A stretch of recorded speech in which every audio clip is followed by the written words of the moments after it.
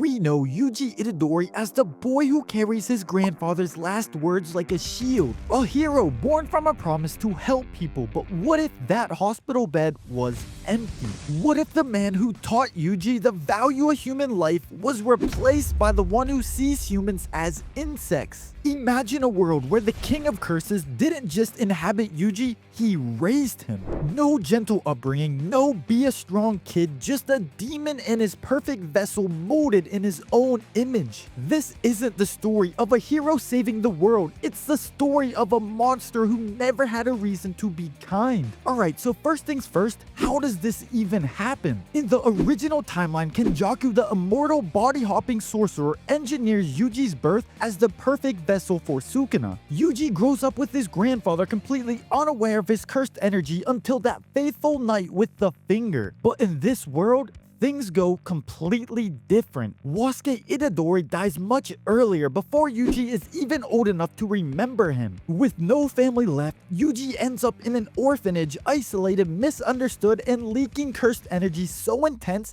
that no one wants to be near him. And that's when Sukuna makes his move. See, one of Sukuna's fingers finds its way to the orphanage planted by Kenjaku, who was already watching Yuji from the shadows. And young Yuji, maybe 6 or 7 years old, is drawn to it like a moth to a flame and touches it, and Sukuna wakes up. But here's the twist. Instead of fighting for control, Sukuna doesn't destroy Yuji, he waits. Because for the first time in over 1,000 years, Sukuna senses something genuinely interesting, a child with no fear of him. Not because Yuji is reckless, but because Yuji simply has nothing left to lose. And Sukuna decides to keep him. Not out of love, not out of mercy, but because a king needs a worthy vessel and this kid might just be it. And so what does this actually look like? Yuji being raised under Sukuna's influence. From inside Yuji's mind, Sukuna becomes a constant presence, a dark, twisted mentor who commentates on everything. When Yuji gets into a fight at school, and he gets into a lot of fights,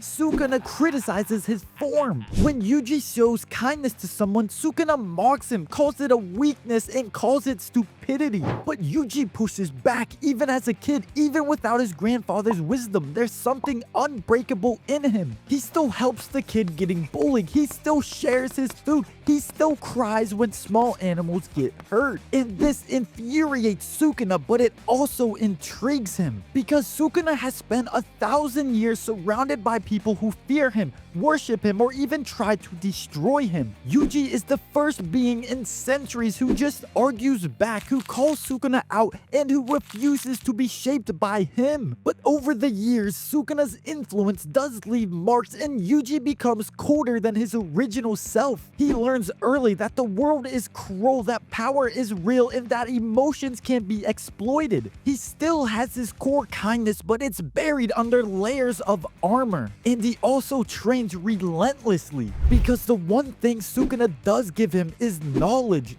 of cursed energy, of technique, and how to survive in a world that wants him dead. And by the time Yuji is a teenager, he is terrifying. Not just physically, the way he thinks, the way he reads people, and the way he moves. It's like watching someone who was raised on a battlefield. And then Jujutsu High comes knocking. Yuji's arrival at Jujutsu High would be nothing like the original. In canon, Yuji shows up as this bright, earnest kid who wins everyone over with his heart. But in this timeline, he walks in already knowing more about cursed techniques than most of the second years. He's quiet, watchful, and the smile he gives people never quite reaches his eyes.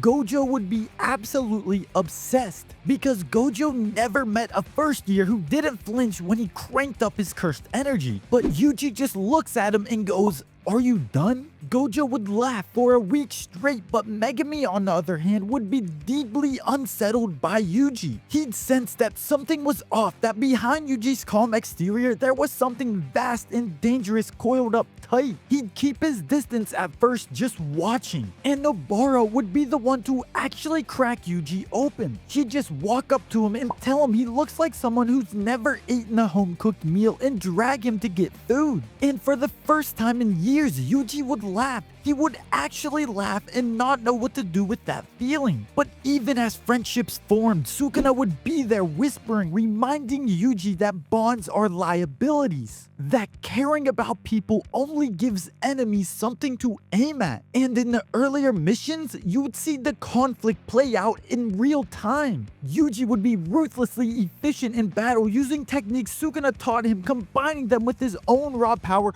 to dispatch curses faster than anyone his age should be able to. But afterwards, when his classmates checked on civilians, Yuji would hang back, not sure how to be soft anymore, not sure if he was even allowed to be. And here's where things would get really dark. Midway through the year, a mission goes wrong. A special grade curse ambushes the class, and in the chaos, Yuji gets separated, cornered, and pushed past his limits. And Sukuna takes over. But this time, it's different from the original because Sukuna doesn't just rampage, he performs. He makes sure Yuji is consciousness enough to watch what he does. Every life taken, every building destroyed, Sukuna wants Yuji to see it, wants him to accept it, wants him to stop pretending the monster inside him isn't him. When Yuji gains back control, he's kneeling in rubble, hands shaking, and Sukuna is laughing in the back of his mind. This is what you are, Sukuna says. Stop lying to yourself. And for the first time, Yuji almost believes him. He pulls away from his classmates after that, stops coming to meals, and trains alone at 3 a.m. And Megami is the one who finds him one night sitting on the roof staring at his own hands. And they don't talk much, but Megami sits down next to him and stays. And that small act, that tiny stubborn act of presence becomes the thing that saves Yuji. Not a speech, not a lesson, just someone refusing to let him be alone. And slowly, very slowly, Yuji starts to build something Sukuna never gave him. A reason to fight that isn't just survival.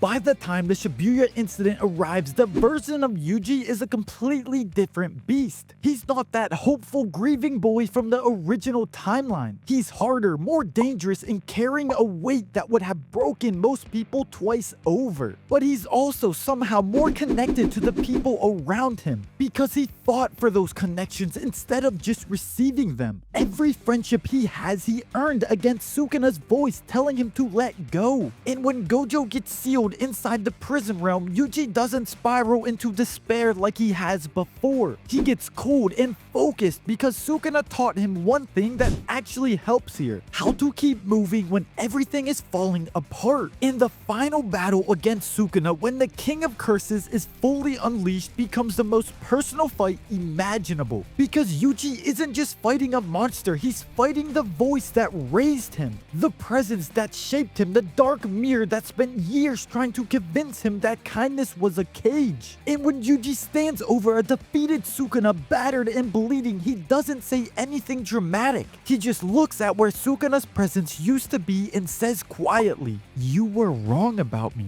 And that's it. In the end, the version of Yuji Itadori is proof that who raises you doesn't have to define who you become. Sukuna gave him power, gave him knowledge, and gave him a ruthless understanding of the world. But he couldn't give him the one thing that actually makes Yuji Yuji, the stubborn, irrational, beautiful choice to care anyways. And honestly, that might make this version of Yuji the strongest of all. Not because of his techniques, but because he chose to be good in a world that gave him every reason not to be. And if you enjoyed this video, make sure to like it and don't forget to subscribe to the channel so you don't miss the next one. And let me know in the comments how you think Yuji would turn out if he was raised by Sukuna.